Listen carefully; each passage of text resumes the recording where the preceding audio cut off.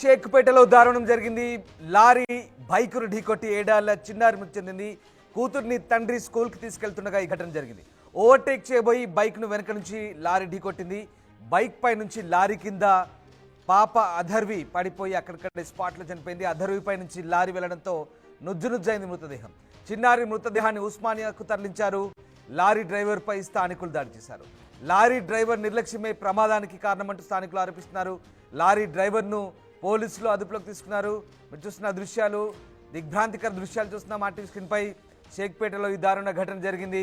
ఓ పాపను ఆమె తండ్రి స్కూల్కు తీసుకెళ్తున్నప్పుడు వెనకాల నుంచి వచ్చినటువంటి లారీ ఆ బైక్ని ఓవర్టేక్ చేయబోయి బైక్ పైకి ఎక్కింది. దీంతో బైక్ పై ప్రయాణిస్తున్నటువంటి తండ్రి కూతురు ఇద్దరు కూడా కింద పడిపోయారు. అయితే కూతురిపై, ఆ చిన్నారిపై, 7 ఏళ్ల చిన్నారిపై లారీ వెళ్ళి పూర్తిగా నుజ్జునుజ్జైన పరిస్థితి.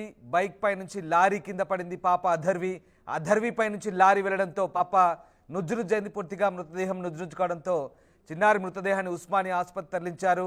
అక్కడ చూస్తున్న దృశ్యం హృదయ విదారకంగా మారింది. ఒకసారిగా ఆ తండ్రి ముందే కూతురు చనిపోవడంతో ఆ పాప పూర్తిగా నుజ్జునుజ్జవడంతో అక్కడ నిజంగా ఆ దృశ్యాలు కలిచివేశాయి.